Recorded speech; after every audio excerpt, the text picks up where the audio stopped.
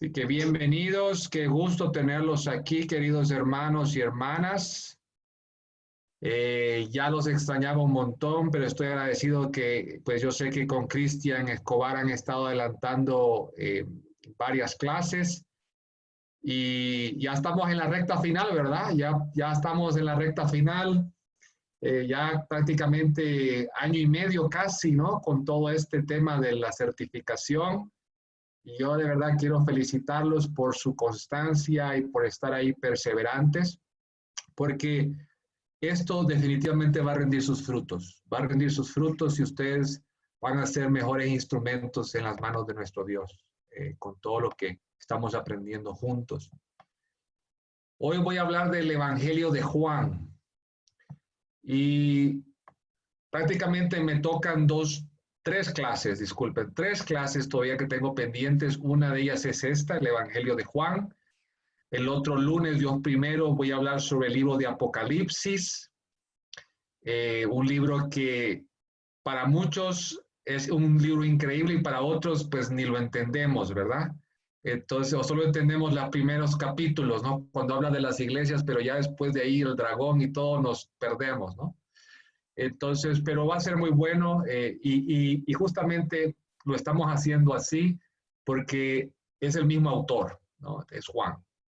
Entonces queremos aprender un poco más sobre el Evangelio de Juan y Apocalipsis que fue escrito por Juan. Entonces esto nos va a dar un contexto muy amplio de lo que Juan estaba tratando de explicarnos desde su perspectiva el mensaje de Dios, ¿no? Con sus visiones y obviamente en el Evangelio de Juan ahorita vamos a hablar sobre su caminar con Jesús, con el Mesías, con el Hijo de Dios.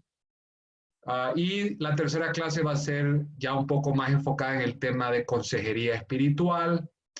Voy a compartir con ustedes cómo poder aconsejar a otros bíblicamente, ser consejeros bíblicos y cómo usar la Biblia, y va a haber una metodología que les va a ayudar mucho a poder ayudar a familias, matrimonios, etcétera, ¿no? Esa es la idea, ese es el objetivo, ¿no? Puedo darles esas herramientas. Así que comenzamos con el Evangelio de Juan, no vamos a darle más preámbulos a la cosa, ¿verdad? Hablemos un poco del autor, ¿verdad? El autor es el apóstol Juan, el discípulo al que Jesús amaba, ¿no? Así se refiere mucho en el Evangelio de Juan, dice el discípulo al que Jesús amaba. Y destacó en la iglesia primitiva. Juan destacó bastante. Pero no se le menciona por nombre en este Evangelio. Es interesante, porque aunque es normal, sería natural que él lo escribiera así. Normalmente se tomaba en tercera persona, ¿no? No se hablaba a sí mismo, ¿verdad? Entonces vamos a ver, por ejemplo, por qué. Y aquí tenemos algunas referencias de cómo él se refería a sí mismo como el discípulo, ¿verdad? En Juan 13:23, por ejemplo, podemos ver, dice, uno de sus discípulos al cual Jesús amaba, estaba recostado al lado de Jesús. Interesante que aquí todos tienen nombre, ¿no? Pero en el caso de él, cuando él se refiere a él, se refiere como al que Jesús amaba. Juan 19:26 decía, cuando Jesús vio a su madre y vio también presente al discípulo a quien él amaba, le dijo a su madre, mujer, ahí tienes a tu hijo. Juan 22 dice, entonces fue corriendo a ver a Simón Pedro y al otro discípulo, aquel a que Jesús amaba, ¿verdad? En vez de, uno puede decir, fue a ver a Simón Pedro y a mí, ¿no? Y yo estaba ahí también, ¿no? Pero él se refería al otro discípulo, aquel que Jesús amaba, y les dijo, se han llevado del sepulcro al Señor y no sabemos dónde lo han puesto. Juan 21:7 dice, entonces el discípulo a quien Jesús amaba, le dijo a Pedro, es el Señor. Y cuando Simón Pedro oyó que era el Señor, se puso la ropa porque se había despojado de ella y se echó al mar. Juan 21:20, más adelante dice, al volverse Pedro, vio que lo seguía el discípulo a quien Jesús amaba, el mismo que en la cena se había recostado al lado de él. Interesante, ¿no? Él nos da más datos, ¿no? Y que le había dicho, Señor, ¿quién es el que te entregará? Sabemos que Juan fue el que le preguntó, ¿verdad? Y que Pedro le dijo, le decía, le hacía señales como, pregúntale. Juan 21:24. Este es el discípulo que da testimonio de estas cosas, dice, y que las ha escrito. Ya estamos entrando un poquito más en detalle, y que las ha escrito. Este es el discípulo de que estamos hablando, que da testimonio de estas cosas y que las ha escrito. Y sabemos que su testimonio es verdadero. Entonces, el Evangelio de Juan como tal, tú no ves que dice Juan lo escribió, yo lo escribí, pero nos da ciertas evidencias textuales de que fue Juan el que lo escribió, ¿verdad? Refiriéndose a él. Y lo podemos ver no solo por el Evangelio de Juan, sino cuando lo comparamos con otras de sus obras, como Primera de Juan. Primera de Juan es otra que tampoco tú dirías, escrito por Juan, ¿no? Al final, firmado, ¿no? Pero cuando tú ves cómo se refiere y lo comparas con el Evangelio de Juan, la primera carta de Juan, tú te vas dando cuenta que es la misma persona. Usa un griego sencillo, ¿no? Y obviamente siempre se da a conocer a sí mismo de cierta forma. Pruebas que tenemos aparte de la Biblia, los escritores anteriores como Ireneo y Tertuliano dicen que Juan escribió este evangelio. Entonces, cuando tú vas a leer sobre Ireneo y Tertuliano, que fueron cristianos o pares de la iglesia, que fueron después de los apóstoles, ellos hablan de sus escritos que fue Juan el que escribió este evangelio. Clemente de Alejandría declaró que Juan escribió para completar los relatos hallados en otros evangelios. Por eso cree que el último escrito de los 4 fue Juan. Si tú te fijas cuando ves Mateo, Marcos, Lucas, y vas a ver que hay varios pasajes que se repiten en estos 13 primeros evangelios, pero en el de Juan hay historias que no tienen los otros 3 evangelios. Entonces por eso se cree que fue el 4 escrito, porque Juan ya los había visto estos 3 y quiso complementar con otras cosas que estos 3 evangelios no tenían. Él quería complementar otras cosas. Comparaciones entre Juan y el Primera de Juan, por ejemplo, mira, aquí algo muy breve, ¿verdad? Para que lo podamos ver que parece ser la misma persona. Juan 1 y el versículo 14 están aquí unidos. Dice, en el principio ya existía la palabra estaba con Dios y Dios mismo era la palabra. Y la palabra se hizo carne y habitó entre nosotros y vimos su gloria, la gloria que corresponde al unigénito del Padre, lleno de gracia y verdad. Así comienza Juan 1, ¿no? Juan 1 es el génesis del Nuevo Testamento, podríamos decir, ¿no? Porque así comienza Génesis 1, ¿no? Y empieza la creación y se movía. Es muy parecido, al principio existía, es como el génesis de nuestro Nuevo Testamento está aquí, ¿no? El comienzo de las cosas. Primera de Juan 1:1 dice lo que era desde el principio, lo que hemos oído, lo que hemos visto con nuestros ojos, lo que hemos contemplado y palpado en nuestras manos referente al verbo de vida. Suena muy similar, ¿no? Como el contexto, la idea, ¿no? El verbo, la palabra, lo hemos visto, el principio. Y bueno, yo les mandé por el WhatsApp un documento donde ustedes van a ver todas las demás para comparar el Evangelio de Juan con Primera de Juan. Van a ver todas estas comparaciones y te vas a dar cuenta que es el mismo autor, ¿no? Es imposible decir que fue otra persona porque usa los mismos principios y es como que se está recordando ciertas cosas. Obviamente en Primera de Juan ya estaba mucho más mayor, ¿verdad? Entonces, pero aún así ahí ves la diferencia, pero igual con el mismo mensaje. Por eso la tarea va a ser que vean esas escrituras y después de eso podamos comparar y escriban cuáles son esas convicciones que Juan mantuvo desde el Evangelio hasta la última carta, ya en Primera de Juan. Bueno, no la última, ¿no? Una de las últimas, ¿no? Entonces, eso va a ayudarnos a entender, wow, para Juan esto era muy importante en su vida como cristiano y que los cristianos querían que entendieran, ¿no? Entonces, eso es una de las tareas. Ahí tienen el documento para que lo hagan, las escrituras. Obviamente, nada más la cita, ustedes tienen que buscar la escritura, ¿no? ¿Cuál fue el propósito del Evangelio? Jesús dijo acá, Juan dijo acá en Juan 20:30, Jesús hizo muchas otras señales en presencia de sus discípulos, las cuales no están escritas en este libro, pero estas se han escrito para que ustedes crean que Jesús es el Cristo, el Hijo de Dios, y para que al creer tengan vida en su nombre. Aquí vemos el propósito por el cual Juan escribió este evangelio, ¿verdad? Lo encuentras en Juan 20:30. Dice, Jesús hizo muchas otras señales. Entonces, esto es interesante porque en Juan vemos que hay otras cosas que no encontramos en los otros evangelios. Entonces, Juan realmente quería, en su propósito de escribir esto, era poner otras cosas que no estaban en los otros evangelios. Pero mira qué interesante. Dice, las cuales no están escritas en este libro. O sea que me quedé corto en pocas palabras. Me quedé corto todavía. Pero estas se escribieron para que tengamos fe en Jesús, el Hijo de Dios, y tengamos vida. Entonces, este es el propósito del libro. Así que no tenemos que ir por otro lado. El mismo libro nos da el propósito del escritor, por qué lo escribió. ¿Qué diferencias a los otros evangelios? Bueno, aquí hay algunos pasajes, algunas cosas muy diferentes a la comparación a Mateo, Marcos y Lucas. Y por eso quería hablar de Juan. ¿Por qué no agarré todos los evangelios? Porque todos son increíbles. Personalmente me he profundizado más en el de Juan. Y he leído el Mateo, he estudiado el de Marcos y el de Lucas también. Lucas tiene muchas parábolas.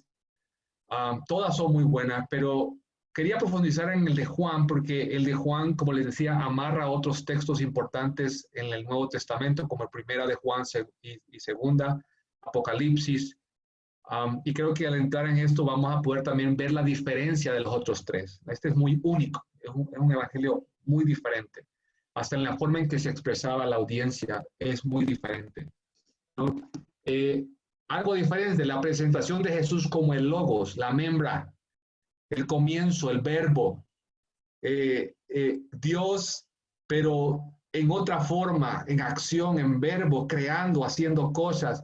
En Génesis 3:8, por ejemplo, a mí me llama la atención esta escritura en Génesis 3:8, podemos ir allá, aquí tengo mi Biblia. Dice Génesis 3:8, el hombre y su mujer oyeron la voz de Dios, el Señor, que iba y venía por el huerto con el viento del día. Entonces corrieron a esconderse entre los árboles del huerto para huir de la presencia de Dios, el Señor. Y interesante que dice, el hombre y su mujer oyeron la voz de Dios, el Señor. Oyeron la palabra, la voz de Dios, el Señor. ¿Me explico? Así que la presentación de Jesús en Juan 1 como el verbo, como lo que estuvo desde el principio, lo que creó todo, todo existía desde el principio. Este ser divino, ¿no? El Hijo de Dios. Entonces, es algo muy peculiar de este evangelio, porque los demás te presentan, obviamente, la genealogía, te presentan otros tipos, pero este se enfoca en el principio y se enfoca en Jesús, ¿no? En el Logos. Otra cosa que es importante es el término Judaio. El término Judaio se usa mucho en este evangelio. Y cuando lo vas a leer en esto, por ejemplo, en Juan 1:11, vámonos a Juan 1:11 para que tengas una idea de qué estamos tratando de decir. Juan 1:11 dice, la palabra vino a los suyos, pero los suyos no lo recibieron. Entonces, hay muchas formas de interpretar este versículo.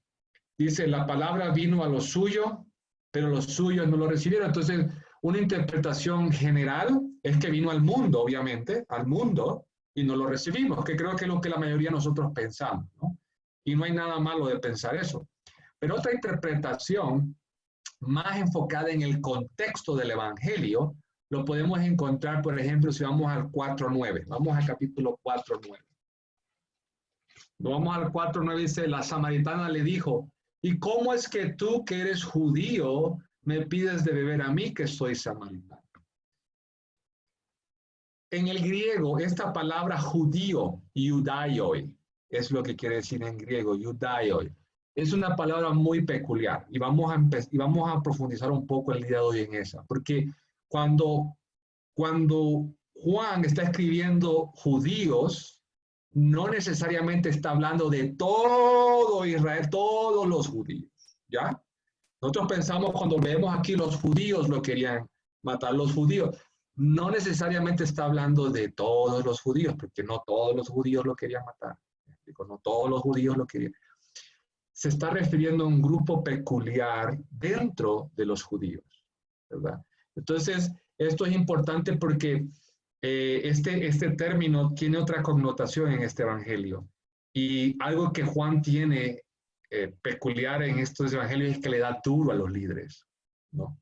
Le da muy duro a los líderes que estaban en ese tiempo religiosos, que eran parte de los judaioi, así se llama, era un grupo de los judaioi, de los judíos, de los sacerdotes, de los líderes religiosos, ¿verdad? Y obviamente aquí está la parábola del redil, la parábola del buen pastor, ¿verdad? Interesante, vamos a ir viéndola más adelante, ¿no? Jesús y Nicodemo, por ejemplo, es otra que no encontramos en otro evangelio, no encontramos esto de Jesús y la mujer samaritana, no encontramos en otros evangelios el paralítico de Betesda, la parábola del redil tampoco.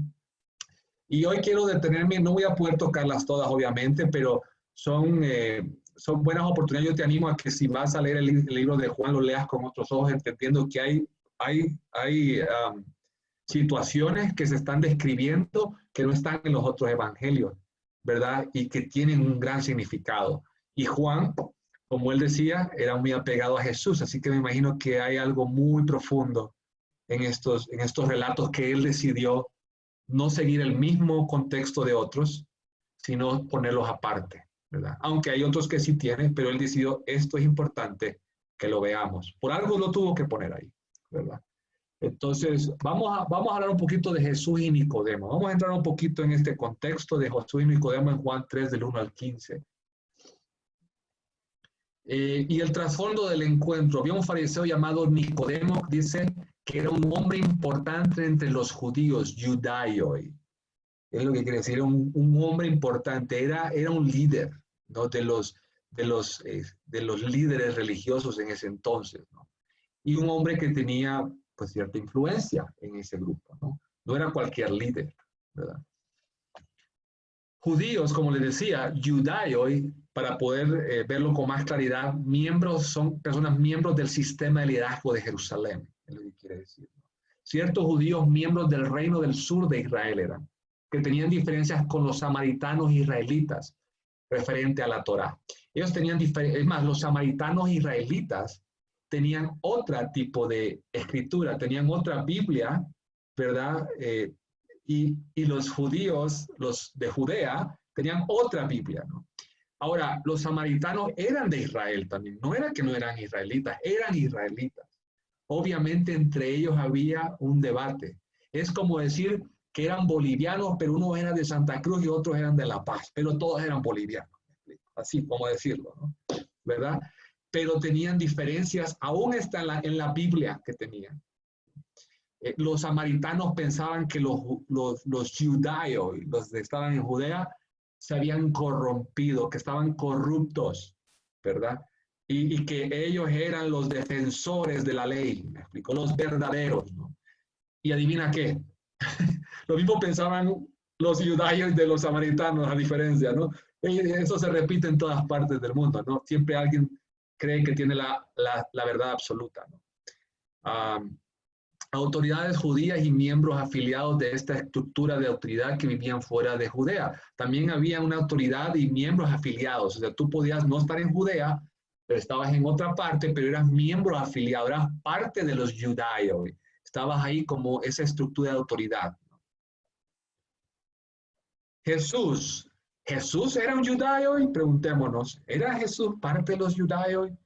Juan 4:22 nos dice, ustedes no saben a quién adoran, pero nosotros sabemos a quienes adoramos, pues la salvación viene de los judaios, dice, ¿no? Juan 4:22, ¿verdad? Jesús le está hablando aquí a la mujer samaritana. Juan 19:39 al 40, mira qué interesante este. También Nicodemo, el que una noche fue a hablar con Jesús, llegó con unos 30 kilos de un perfume mezcla de mirra y aloe. Así pues, José y Nicodemo tomaron el cuerpo de Jesús y lo envolvieron con vendas empapadas en aquel perfume, según la costumbre que siguen los judaios para enterrar a los muertos. Interesante, ¿no? José y Nicodemo se aseguraron de que Jesús fuera enterrado de acuerdo a la costumbre de los judaios, ¿verdad? Entonces no nos dice obviamente que era judaios, pero podemos ver que Jesús tenía una relación cercana con los judaios, con este tipo de sistema, ¿no? Aunque él no era un judío como tal en el sentido del líder, Parece que había un tipo de cercanía, ¿verdad? Al punto tal que José y Nicodemo, discípulos a escondidas, como dicen, ¿verdad? Lo envolvieron y se aseguraron de enterrarlo de acuerdo a sus costumbres. En Juan 3:2 dice miedos y presiones. Había miedos y presiones en este encuentro que tuvo Nicodemo con Jesús. Este fue de noche a visitar a Jesús, dice en versículo 2, y le dijo, Maestro, sabemos que Dios te ha enviado a enseñarnos, porque nadie podría hacer los milagros que tú haces si Dios no estuviera con él. Y fue de noche a visitar a Jesús. Obviamente ir de noche involucraba que había un miedo, una presión de él ir a plena luz del día. No quería que lo vieran. No, porque alguien no va a visitar así de noche, especialmente a Jesús, ¿no? Quería un tiempo aparte, a solas con Jesús, pero probablemente también no quería que lo vieran con Jesús. Pero él va y va donde Jesús y habla con él, ¿verdad? Pero abiertamente no miramos una interacción con Jesús, pero dice que fue allá y le dijo, tú vienes de Dios, ¿no? Estamos hablando de un líder de los judaios, un sacerdote, ¿no? Que enseña las escrituras, que está aquí hablando con Jesús, aparte, a solas. Y vemos que después hay un cambio total en él, ¿verdad? Porque Jesús le está diciendo realmente cosas para profundizar en su vida. En el versículo 3 le dice, Jesús le dijo, te aseguro que el que no nace de nuevo no puede ver el reino de Dios. El versículo 5 le dice, Jesús le contestó, te aseguro que el que no nace de agua y del Espíritu no puede entrar en el reino de Dios. Versículo 7, no te extrañes que te diga, por si acaso se te olvidó, todos tienen que nacer de nuevo. Y obviamente aquí Jesús prácticamente les está diciendo, cuando tú lees el pasaje, le dice, tú eres maestro y no entiendes estas cosas tan sencillas, ¿no? Lo dice, ¿no? Ahí le está dando, Jesús nos está dando un dato, una nota muy importante sobre el rol que tenía Nicodemo. Tú que eres maestro, que enseñas, ¿no? Y después le dice, tiene que haber un cambio total, Nicodemo. Cambio total.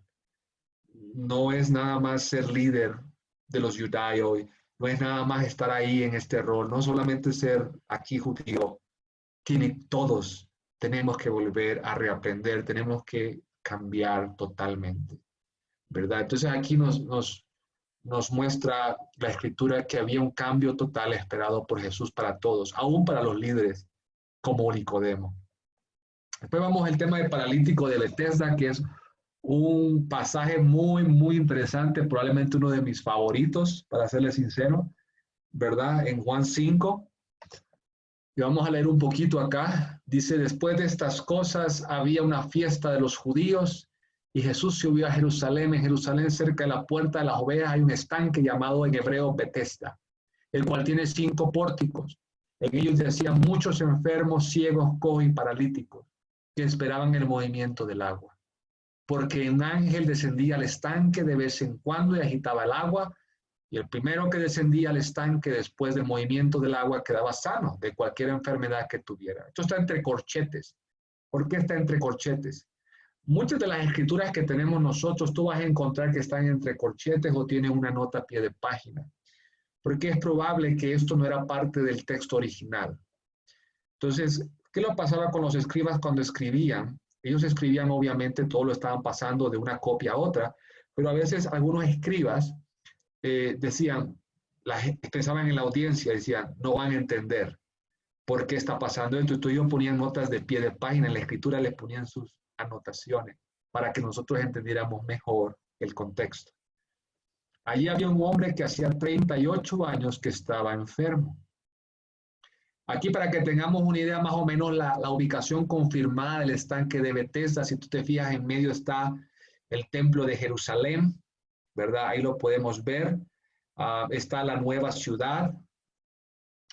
Creo que puedo escribir aquí, así que voy a tratar de escribir. Me disculpan porque no soy muy bueno con esto de escribir. Pero vamos a tratar. Aquí esta es la nueva ciudad, ¿no? Esta es la nueva ciudad de Jerusalén. Esta es la primera, la más antigua, ¿no? Y aquí esta era parte también de Jerusalén en la segunda etapa, se podría decir. Entonces, todo aquí está el templo. Vamos a ver, aquí está el templo. Este es el templo, ¿verdad? Entonces, ¿qué pasaba? Esto comenzó, ¿verdad? Empezó aquí, obviamente se fue extendiendo Jerusalén y entró una nueva ciudad y es el segundo muro, estaba dividido por muros. Entonces, esta parte de aquí eh, fue construida, de acuerdo a investigaciones arqueológicas, por Roma. Roma ayudó a construir esta tercera parte en realidad, ¿no? Y aquí en esta tercera parte, usted ve en este cuadrito, está el estanque de Bethesda. Ahí estaba el estanque de Bethesda. Aquí, en el otro lado opuesto, pueden ver acá, estaba el estanque de Siloé. Son dos estanques que están en los evangelios, en Juan. Entonces está el estanque de Bethesda aquí y el estanque de Siloé. Había una gran diferencia entre estar acá y estar acá. ¿Por qué? Porque se cree que la mayoría del paganismo estaba en esta tercera ciudad o en este tercer espacio que Roma había construido. Y estaba este estanque, que se cree, de acuerdo a estudios arqueológicos, que era pagano. Y este aquí, el estanque de Siloé, se cree que era un estanque puro. Es más, el agua que usaba en el estanque de Siloé se usaba para los ritos de purificación del templo. No usaban esta, imagínate, estaban más cerca del templo, pero simplemente el hecho que adoraban a un dios pagano ahí, no usaban los judíos, los del templo, no usaban esta agua, preferían ir hasta acá y llevarla porque esa era agua más sana, pura, de acuerdo a los rituales judíos, ¿ya? Entonces, solo para que tengamos una idea de dónde estaba este estanque y lo que pensaban los judíos sobre esto, y especialmente los líderes. Vamos a quitar, quiero dejar ahora de anotar, vamos a seguir. Uy, ahora ¿cómo quito todo esto? Ok, eraser. Ok, vamos, undo. Ok, algo así. Clear, aquí está, clear. Espero que all drawings. Amén. Bien, entonces aquí modelo a escala de Jerusalén. Ok, este es un modelo a escala que existe en Jerusalén. Si tú vas a Jerusalén, ojalá algún día puedas ir. Eso es uno de mis sueños, ¿verdad? Y si vas algún día me avisas, tal vez me incluyo ahí contigo. Obviamente aquí esto es una escala de ese entonces. Entonces aquí puedes ver, estaba la fortaleza militar de Antonia. Esta fue creada, construida por los romanos. Era una fortaleza militar, obviamente, para cuidar el lugar, ¿no? Y estaba pegado al templo. Las puertas de las ovejas, ¿no? Tú puedes ver, aquí estaba la puerta de las ovejas, por aquí estaba, por ahí estaba. Entonces sí existía, era una entrada, ¿no? Para poder entrar a Jerusalén. Y aquí está el estanque de Bethesda. Este es el estanque de Bethesda, aquí lo puedes ver, ¿verdad? Estaba súper cerca. Vamos a seguir con el siguiente.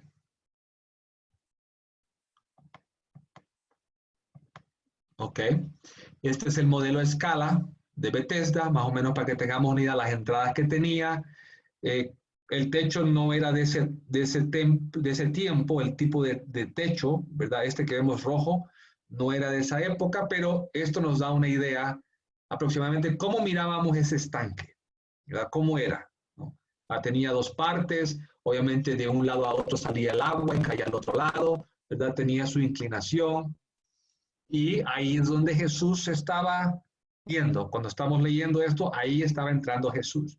Jesús estaba entrando a un lugar pagano, a un lugar donde un judío no debería estar según la ley, según lo que todos están viendo, según los líderes, ¿no? Entonces, esto era ya de por sí, entrar ahí era como, wow, ¿qué hace Jesús aquí? Me explico, ¿verdad? Desde el punto de vista de los líderes, ¿no? Ok, esto era lo que de alguna forma se adoraba en este templo. La adoración de Asclepio se daba por todo el Imperio Romano. Había más de 400 centros de Asclepio que funcionaban como centros de sanación. y Asclepio era conocido por ser benevolente hacia la gente, por eso era un dios muy popular. Era muy popular, porque todo el mundo andaba buscando sanar, que lo ayudaran con su salud. Era el médico, era el dios médico de aquel entonces, se puede decir. Si tú te fijas acá, en la foto tú ves aquí como una serpiente, ¿no? Que es otra de las formas de, de recordar a este símbolo. Y es más, si no me equivoco, Amado me puede corregir, es uno de los símbolos también que se usa en la medicina, ¿verdad? En algunos centros, ¿verdad? Algunos usan este mismo símbolo, porque tiene que ver la relación con la sanación, con la curación, ¿me explico? ¿Verdad? Entonces, esto era lo que el dios que adoraban en Roma, y este era el que le sanaba, Asclepio, ¿sí? Se llamaba, y tenía, bueno, tenía otros nombres también, le daban otros nombres, ¿verdad? Entonces, para que tengamos una idea aproximadamente cómo estaba funcionando esto en aquel entonces. Aquí me quedó una manchita. Ahí está. Ok, entonces vamos a seguir leyendo para ir entendiendo la historia. Esto ya nos da un contexto del estanque de Bethesda, cuando estamos entendiendo qué es lo que está pasando. Después de estas cosas había una fiesta de los judíos y Jesús subió a Jerusalén. En Jerusalén, cerca de la puerta de las ovejas, hay un estanque llamado en hebreo Bethesda, el cual tiene 5 pórticos. En ellos yacían muchos enfermos, ciegos, cojos y paralíticos. Vámonos al versículo 5. Dice, ahí había un hombre que hacía 38 años que estaba enfermo. Entonces aquí vemos algo importante. Vamos a seguir leyendo. En versículos 6 y 7 dice, cuando Jesús lo vio acostado y se enteró de que llevaba ya mucho tiempo así, le dijo, ¿quieres ser sano? El enfermo le respondió, Señor, no tengo a nadie que me meta en el estanque. Cuando lo haga se agita y en lo que llego, otro baja antes que yo. Entonces estaba pasando un problema, no podía, era complicado para él encontrar esta sanación de este dios Asclepio.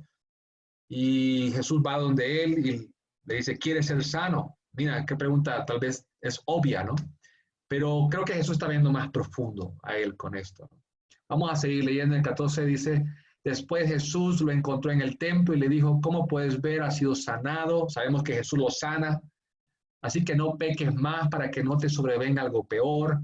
Aquel hombre se fue y les hizo saber a los judíos que el que lo había sanado era Jesús, y por eso los judíos lo perseguían y procuraban matarlo, porque hacía esto en el día de reposo. Pero Jesús le respondió, hasta ahora mi padre trabaja y yo también trabajo. Por esto los judíos con más ganas procuraban matarlo, los judaios, porque no solo quebrantaba el día de reposo, sino que además decía que Dios mismo era su padre, con lo cual se hacía igual a Dios. Entonces, esto es sumamente importante. ¿Por qué? Porque ahora vemos que este hombre es sanado. Bueno, nos saltamos esa parte, pero usted la puede leer. Él es sanado por Jesús. No por Asclepio. Él entra al templo de Asclepio, del dios Asclepio, del dios romano, y va y desafía al dios romano y le dice, no, yo sano. En el templo de cualquier dios que tú quieras, Jesús va y sana a este hombre. Pero lo más interesante de esto no es eso, sino que vemos que el hombre va al templo, ¿verdad? Y va y empieza a hablar y lo que vemos es que este hombre era un judío. Este hombre no era un griego, no era romano, era un judío que estaba en el templo del dios Asclepio. Y eso es como se llama en la Biblia idolatría. Él estaba idolatrando, él estaba yendo a otro dios por 38 años, imagínate. Y yo creo que esto es lo hermoso de este pasaje, es que Jesús va, se mete a un lugar pagano para restaurar la fe de uno de los suyos. Mira qué interesante. Va hasta allá y restaura su fe y lo devuelve otra vez al templo y le dice, has sido sanado, así que no peques más para que no te sobrevenga algo peor. Interesante, ¿no? Pregunto, ¿qué pecado habría sido el de este hombre que le llevó a ese punto? ¿Me explico? Por 38 años. Pero Jesús va no al estanque de Siloé. En otro pasaje está el estanque de Siloé. Lo puedes ver más adelante. El estanque de Siloé lo puedes encontrar y también Jesús va al estanque de Siloé. Y la forma en que lo cura es diferente a la persona. Era ciega en el estanque de Siloé, este es paralítico. Pero vaya y restaura la fe de alguien que había perdido la fe en Dios, en el Dios de Israel. Había perdido la fe en Dios. ¿Por cuánto tiempo estuvo orando, tal vez pidiéndole al Dios de Israel que lo sanara y nunca? Tal vez fue al estanque de Siloé y nunca encontró ayuda o nunca encontró esa fe y decidió ir a buscar suerte tal vez con los dioses de Roma, ¿no? Y Jesús va hasta allá para salvar a este hombre, no solo físicamente, sino en su fe, lo restaura, ¿no? Aquí vemos cómo está la parte de sanación física y la parte de la sanación en la fe en uno de Jesús. En uno restaura las dos cosas, su fe y su parte física. Y eso es impresionante, qué increíble ese amor, ¿no? Y aún lo critican, ¿no? Vamos al buen pastor, que esta es una de las, bueno, les mandé un artículo, unos comentarios de un libro que estuve leyendo, y obviamente lo depuré, pero tomé como referencia un libro de un doctor que me gustó mucho cómo transforma este pasaje y cómo lo entrelaza a otras escrituras en el Antiguo Testamento. Vemos el tema del buen pastor ahí, Juan 10, del 1 al 21. Y vemos que en Juan 10, versículo 2, dice, bueno, vamos a Juan 10, ¿no? Vamos a irlo leyendo y aprendiendo juntos. Dice, de cierto les digo, el ladrón y el salteador es el que no entra por la puerta del redil de las ovejas, sino que trepa por otra parte. Pero el que entra por la puerta es el pastor de las ovejas. Ahí dice el versículo 2. El que entra por la puerta es el pastor de las ovejas. Versículos 3 y 5. Dice, a este el portero le abre y las ovejas oyen su voz y él llama a las ovejas por su nombre y las saca.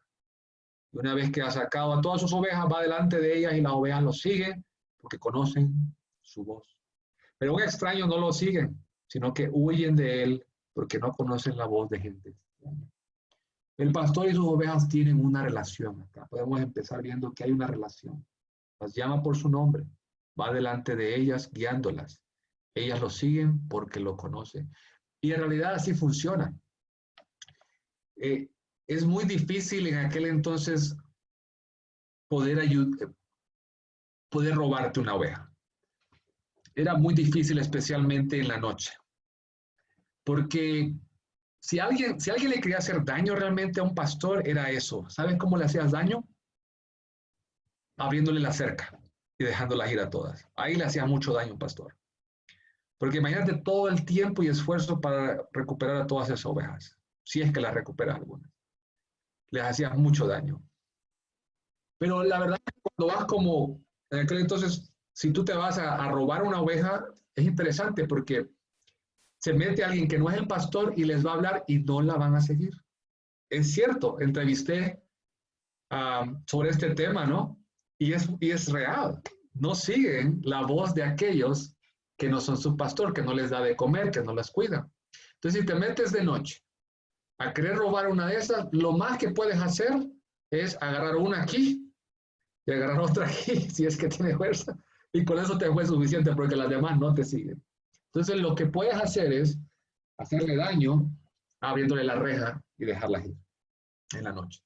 Entonces, esto es muy interesante porque el pastor, en este caso, que es Jesús, dice que él tiene una relación con sus ovejas, le importa, la vas guiando y ellos lo conocen, o sea, lo siguen porque lo conocen. Si no es el pastor, no lo escuchan, no lo siguen. No es que no le pueda hacer daño, pero no lo siguen. Versículo 9 dice, él es la puerta. ¿Qué nos ofrece el buen pastor? Obviamente salvación y cuidado. El versículo 11 dice que da su vida por las ovejas. Mientras que en el versículo 12 dice, el asalariado al que no es el pastor ni el dueño de las ovejas huye y abandona las ovejas cuando va a venir al lobo y el lobo las arrebata y las dispersa. Al que es asalariado no le importan las ovejas. Está ahí por la plata, está ahí por los beneficios en el liderazgo. Este era bien fuerte porque aquí estamos viendo una relación directa con Ezequiel 34. Los pastores malvados. La audiencia cuando estaba escuchando este esta parábola, en ese entonces asociaban o podrían asociar a Ezequiel 34, los pastores malvados. En el versículo 13, el liderazgo no le importa, dice las ovejas, ¿por qué están en liderazgo entonces? Si al liderazgo no le importan las ovejas, ¿por qué están ahí? Están ahí por beneficios o por otras cosas. Y esto es algo que nos ayuda también a nosotros a purificar nuestras motivaciones. ¿Por qué queremos ayudar a los demás? ¿Por qué queremos hacer lo otro? ¿Estamos buscando un beneficio personal o es porque realmente nos importan las ovejas? Porque realmente queremos amar a las personas. Entonces, esto nos lleva también a cuestionarnos, a preguntarnos, a desafiar nuestro liderazgo, así como con Nicodemo, ¿verdad? Vemos que aquí Juan nos lleva hacia el buen pastor que es Jesús y a cuestionar nuestras motivaciones. Aquí en Ezequiel 34 puedes ver la comparación entre pastor malvado y buen pastor. Estuve haciendo esta comparación. El versículo 2, obviamente cuidan de sí mismos los pastores malvados. El pastor bueno cuida de las ovejas. Su enfoque no es uno, son los demás. Versículo 3, utilizan las ovejas para su beneficio, mientras que el buen pastor da su vida para el beneficio de las ovejas. En el versículo 3 dice, no cuidan el rebaño. En el otro es, le importan las ovejas. Versículo 4, no ayudan a las ovejas débiles, apoyan a las ovejas débiles, como dice 1 Tesalonicenses 14. Versículo 4, no curan a las enfermas. Buen pastor cura a las enfermas. Y tú cuando lees ese Ezequiel 34 te vas dando cuenta. No hacen volver a las que se extravían, va en busca de las extraviadas, ¿no? Y esto me recuerda mucho a la parábola también de la moneda y de la oveja perdida. Versículo 4, no buscan a las que se pierden, se preocupa por las perdidas el buen pastor, mientras que el malvado no las busca. Las trata con dureza en el versículo 4, las trata con amor y verdad, el buen pastor, ¿verdad? Después vamos viendo más abajo, no se preocupan por ella o va a buscarla, se preocupa por ella y va a buscarla. Entonces, cuando estamos viendo el buen pastor aquí, esta escritura en Juan 10, aquí Dios nos está llevando a través de Juan a recordar Ezequiel, que esto fue un llamado muy fuerte para el liderazgo, para los pastores, para los líderes. Y cuando viene el buen pastor aquí, le dice, ¿saben quién es ese buen pastor? ¿Quién es ese que sí va a hacer las cosas bien? Jesús, ¿verdad? Todos nosotros hemos sido pastores malvados en algún momento u otro, cuidando de nosotros mismos, pensando en nosotros mismos. Pero Jesús nos dice, sigamos a Jesús, el buen pastor. Imitémoslo a Él en cómo Él cuida de las ovejas. Consecuencias de un mal pastoreo, obviamente, en Ezequiel lo puedes ver, versículos 7 al 10, en el 34 capítulo. Así que, pastores, escuchen bien mis palabras, yo el Señor lo juro por mi vida, fieras salvajes de toda clase han robado y devorado a mis ovejas, porque no tienen pastor. Mis pastores no van a buscar a las ovejas, los pastores cuidan de sí mismos, pero no de mi rebaño. Por eso, pastores, escuchen las palabras que yo, el Señor, les dirijo. Pastores, yo me declaro su enemigo. Y les voy a reclamar mi rebaño y les voy a quitar el encargo de cuidarlo, para que no sigan cuidando de ustedes mismos. Rescataré a mis ovejas para que ustedes no se las sigan comiendo. Es algo muy fuerte, ¿no? Pero esto es lo que estaba pasando cuando estamos leyendo Juan 10, está hablando al liderazgo, está hablando a los judíos, está hablando aún a nosotros el día de hoy, que tenemos algún rol o que estamos sirviendo, nos está hablando a nosotros, ¿no? De cómo debemos cuidar y imitar al buen pastor que es Jesucristo. Entonces aquí podemos ver las diferencias a los evangelios que ha habido en los otros. Otros escenarios en las bodas de Caná, que lo puedes ver en Juan, pero no lo encuentras en los otros. Jesús, el pan de vida. También el ciego en el estanque de Siloé, aquí lo ves en Juan 9. Esa no la vas a encontrar en los otros evangelios. La muerte de Lázaro. Vas a encontrar sobre el tema de Lázaro, de la parábola, ¿no? Del que estaba comiendo y que después lo encuentra en el cielo, y el rico, ¿no? El rico y Lázaro perdón. Eso lo vas a encontrar, pero no sobre la muerte de Lázaro. Son cosas muy diferentes, ¿no? Jesús lava los pies a sus discípulos. No vas a encontrar esta en los demás evangelios, ¿no? Cuando Jesús va y dice que va y le lava los pies a sus discípulos, ¿no? Eso es increíble, ¿no? Y agradezco que Dios usó a Juan para dejarnos estas otras, porque son hermosas situaciones que podemos conocer a Jesús. Y Jesús, la vid verdadera, también otra increíble, ¿no? Cuando él habla, ¿no? que nada puede crecer si no está unido a Él, si no está unido a la vid. ¿No? Está hablando en Juan 15. Entonces, el Evangelio de Juan, todos son increíbles, todos son buenos, pero el Evangelio de Juan es bien único de los cuatro. Nos da algunos otros pasajes, otras situaciones que los demás evangelios no nos dan. Y yo creo que vale la pena ir, meditar, igual que los demás, pero en este tratar de sacar el jugo a estos pasajes que Juan decidió, guiado por el Espíritu, que necesitábamos conocer, ¿verdad? Aparte de los que ya nos dicen los demás evangelios. Entonces la tarea es estudiar las expresiones similares entre el Evangelio de Juan y la carta de Primera de Juan. Ya vimos, les mandé, perdón, el documento por WhatsApp. Ahí está. Por favor, para que lo puedan hacer, llenar. Solo quiero saber qué es lo que han pensado, cuáles son esas convicciones que Juan escribe en el Evangelio, pero lo escribe en Primera de Juan y se nota que después de que pasó muchos años, seguían siendo sus convicciones. Leer el documento, donde está el comentario de Juan 10, de esto de que hoy hablamos. Son varias páginas, es un comentario, y hacer un resumen de una página. Después de haberlo leído, tú ve a la escritura, al pasaje, Juan 10, y escribe qué aprendiste, qué te llevas de esto, ¿no? El correo igual envíenlo a la cosecha, e.lacosecha@hotmail, por favor. Me lo dirigen a mí para yo no confundirme con los de Cristian. Y obviamente en el grupo de WhatsApp, La Cosecha, ahí están estos materiales, los envié hoy. Si no los tienes, con gusto te los puedo volver a enviar. Las siguientes clases que vamos a tener, ¿verdad? Antes de vamos a tener un tiempo para preguntas y comentarios sobre lo que hemos hablado hoy o cualquier otra cosa que tenga que ver con el Evangelio de Juan, que no hemos hablado hoy, por favor, siéntete en la libertad de hacerlo si hay alguna pregunta. Evangelio de Juan es hoy, para el domingo 31 de mayo sería la entrega de la tarea, o sea que, por favor, a cualquier momento del domingo 31, a más tardar antes de las 12 de la mañana, del domingo 31, ¿verdad? Entrégame la tarea, por favor, te lo voy a agradecer. El libro de Apocalipsis sería después, ese lunes siguiente. Vamos a ver sobre el libro de Apocalipsis. Vamos a entender un poco el contexto también del libro de Apocalipsis, del autor, a quién se está refiriendo, a quién está enviando el mensaje. También vamos a aprender un poco sobre la gimatria que es una forma de idioma hebreo que envuelve números. Entonces, todo lo que tú vas a ver en Apocalipsis es gimatria, es como una clave codificada, ¿no? Prácticamente es como ahora, ¿no? Como cuando son como espías, ¿no? ¿Te acuerdas, no? Que mandas codificado algo, ¿no? En la Segunda Guerra Mundial tenían una máquina, ¿no? Que los alemanes les mandaban información y no lo podían descifrar, ¿no? Hasta que lo descifraron podían descubrir cuáles eran los ataques que los alemanes estaban planeando o los japoneses, y Estados Unidos se adelantaba.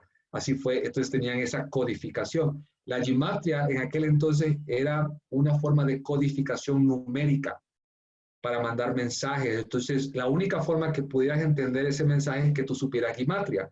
Y normalmente gimatria solo lo sabían los hebreos o los que se habían estudiado esto. No era cualquiera. Entonces, Juan está en la cárcel escribiendo en gimatria. Interesante, ¿no? Sería bueno saber qué nos está diciendo.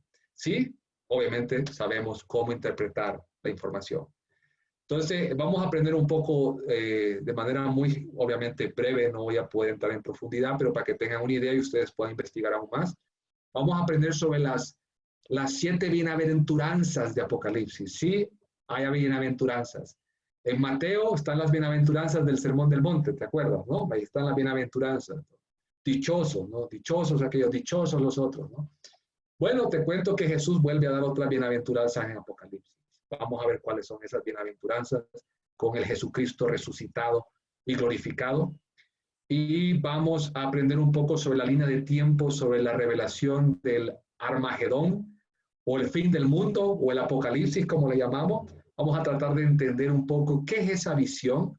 Muchos dicen que son diferentes visiones otros dicen que es una visión, algunos dicen que ya se cumplieron, otros que no se cumplieron. Vamos a tratar de entender un poco este tema del Apocalipsis y las visiones que tiene Juan.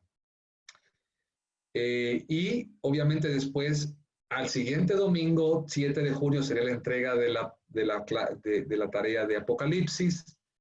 Y el siguiente día, el lunes 8 de junio, consejería espiritual. Vamos a aprender cómo aconsejar matrimonios, familias, personas, con un modelo que es científico y bíblico. Así que vamos a seguir la Biblia desde un modelo científico que se aplica para la consejería espiritual. Eso lo vamos a ver el lunes 8 de junio y la entrega sería el siguiente domingo 14 de junio, y con eso terminaríamos mi parte.